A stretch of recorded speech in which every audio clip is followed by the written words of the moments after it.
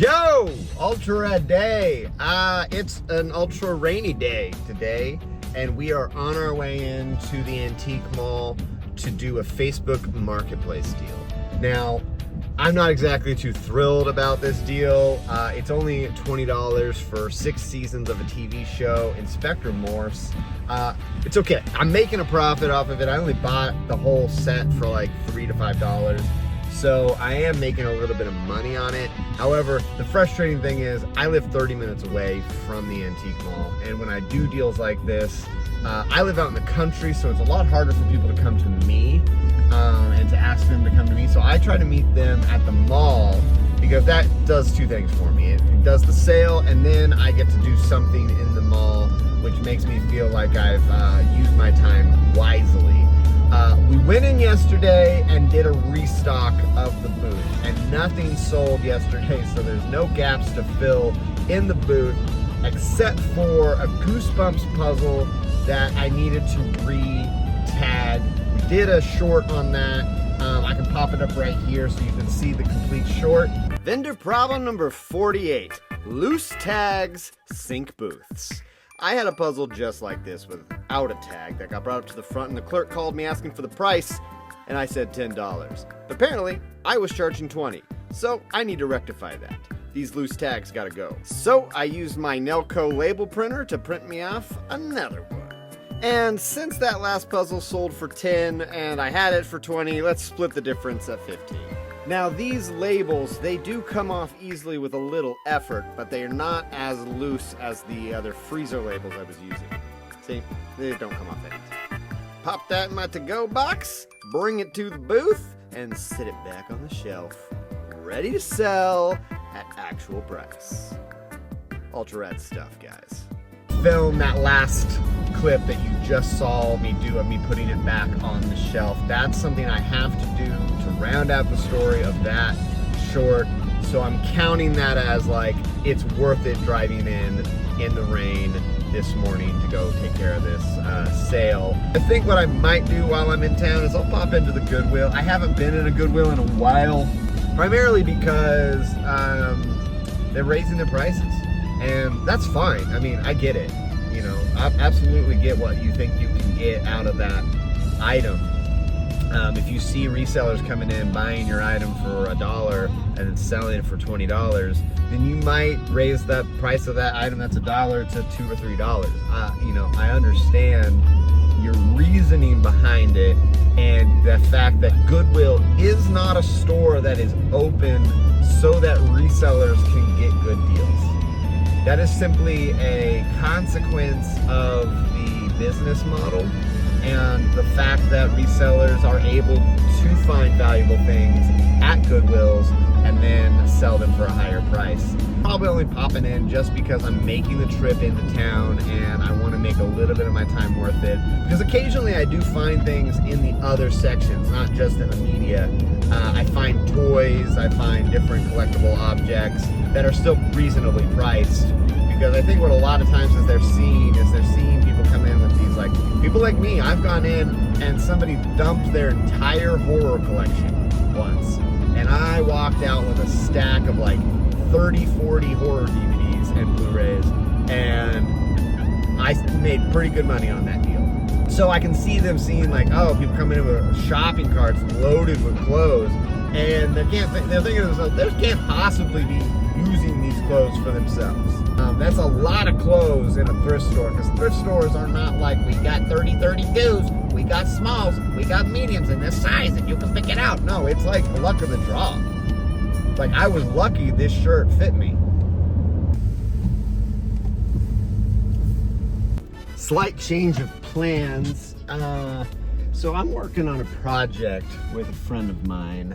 He's a video game designer. And it depends on when this video comes out. You may have heard the news. We are developing a video game in the vein of reselling, thrifting, nostalgia hunting, called UltraRad. But I popped into town. He lives in the same city that my booth is in.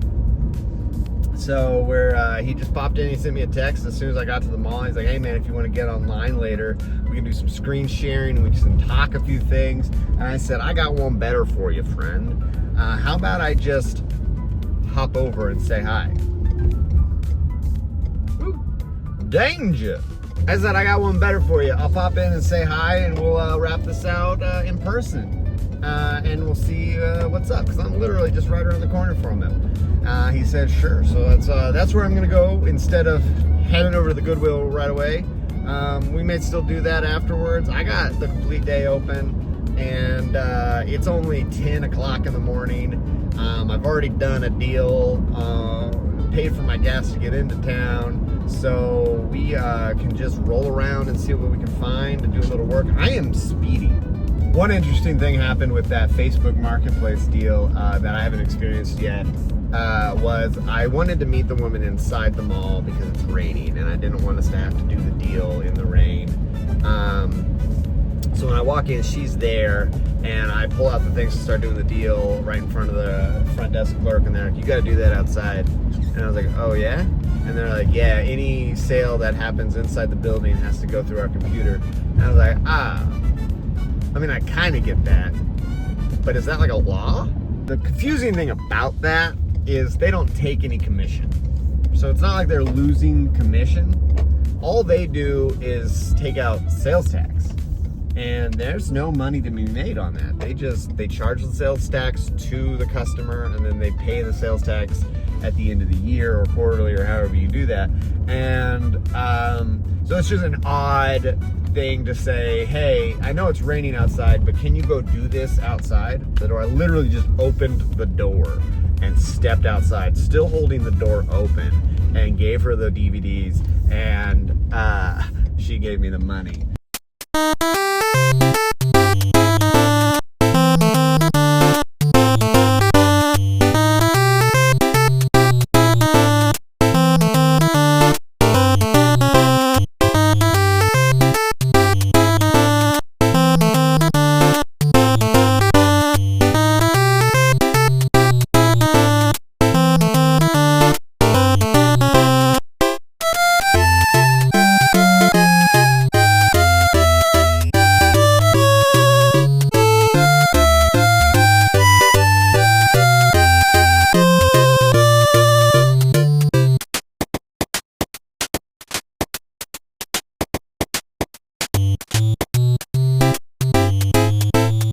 Alright, so you just saw a couple clips of us working on the game. We spent a few hours chatting through a few things, trying to get some things dialed in, some new ideas. We had a lot of limitations in this game, and I'm not a game designer, so I don't know the limitations. So it's a lot of things I'll pitch out to him, and then he'll be like, alright, cool. We can't do exactly that, but we could do this. And that's a great, that's a great collaborative process, whenever you are able to just communicate with each other and then talk about what needs to get done. We have a 3-month time frame to get this done. He wants to produce like 3 games this year, 3 short little games like this, and this is the first one. So we have a 3-month time span to put something out there. We of course will keep developing it further after that, but we want to at least have a working full game in 3 months. So you'll be seeing it soon. You'll be seeing me talk about it in more depth soon, and putting it out there, trying to get attention on it. So it's coming at you fast. Okay, so since I said we're going to Goodwill, we'll go ahead and go to Goodwill. We'll look around, see if we find anything, see if things are overpriced and all that kind of stuff, because what kind of video creator would I be if I set up a trip to Goodwill and I didn't actually go to Goodwill? Okay, we're at the Goodwill. You can see him grinning because he knows he's raised his prices.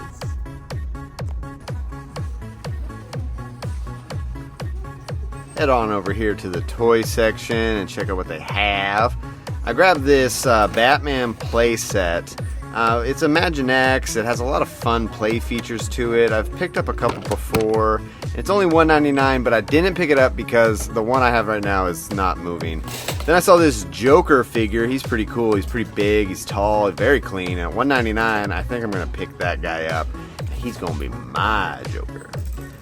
Over here to the plush. I don't usually buy too many plush from here because they're usually overpriced. At $3 for that little Mickey, that's just a little too much for my purposes. Maybe great for somebody else trying to come in here and thrift it, but I'm out. And then I had to shoot this purple stuff just because the Ultra Rad colors are purple, and I had to look back on this later and say, I didn't miss anything. Checked out this DVD player. It doesn't have a remote with it. It's $7.99. Comps are selling with remote for about $30. Didn't pick it up because you never know if they don't work. This game looked interesting at 99 cents. Probably should have picked it up when it sells at $6-7 bucks. This DVD player also looked pretty nice. Again, no remote. And the price on it, $7.99 again. Could have been a good pickup. Checked out the books. Their books are pretty cheap. If there's a Harry Potter in there or something goosebumpy, I pick it up. Then they got their VHS section, and I don't normally get the cardboard VHS unless like it's a really rare title. So I looked at these clamshells, and I don't know, I just wasn't feeling. I have Miracle on 34th Street, hasn't sold. I'm just not feeling those. Found Airport, which is one of the films that the movie Airplane was based on. Not the like exact one for one, but like it's one of the types of disaster movies from that time that they were inspired by to make Airplane, which is a classic. This one's comping at a little under $4. Not worth it for me. Les Mis here was interesting. It's a clamshell. I just thought it was cool looking. I thought it was clean. Again, the comps aren't great. It's only like $3-4 bucks. Maybe with shipping it makes it 10. The DVDs, Blu-ray section wasn't great, and plus they're $2.99 now. It's hard for me to make a profit on that. Then the DVD selection is pretty sparing. I think a lot of these have been here for a while. They're probably ready to be on their way to the bins. Either that or the same titles just keep showing up time after time. These Monty Pythons are interesting. Check this out. Check out these Monty Python Flying Circus DVDs. They have them all here, individually priced. All 14 of the complete series here, all individually priced. And if you check it out right here, they got this set for $3.99. $3.99. That's only for 4 episodes of the show.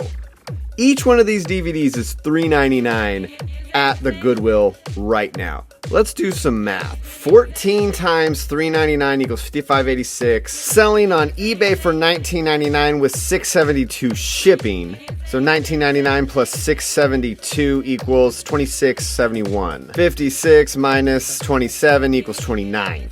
A $29 difference. On Amazon, it sells brand new for $109 and used for $21.19. And you can just see him grinning, because he knows he's waxing you. And this Marvel puzzle caught my eye. I'm not really into puzzles because there could be a lot of missing pieces, and I don't know. I have a puzzle like that Goosebumps puzzle, but they take a while to sell, to be honest. I missed that Pokemon puzzle up there. May have been worth it. This drum, Adam, I never really heard of the brand, so I didn't pick up that because of the skin on that. I didn't know anything about it. Papa Pig over here, $1.99. Not interested. So this green Avon cologne bottle, I thought it might be neat, but at $5, no. All right, so we made it out of there with the big old Joker figure. He's a pretty cool guy, only $2. I think I can get 5 to 10 out of that big character. And then Les Mis 10th anniversary stage performance on VHS. Comps don't really show this as being very valuable, but I think there's a collector out there who'll grab this for $5. It was only $1. Because it has that 10th anniversary stage performance on it, it's unique. It's something that's just not readily available, and I'm not sure if they produce this again onto DVD or anything like that. I'll do some more research maybe. But again, a $5 pickup. It's not really crazy amount of money that I just earned here to drive here and do all this. That's why I don't do it very often anymore. Because at the end of the day, what am I making? Maybe $10 off that total deal? I don't know. I'm making a video out of it, so there is some value coming back to me. But at the end of the day, all that ratio, like I almost picked something up just to pick something up today, just to make the drive here even worth it, to pay for the gas that gets here.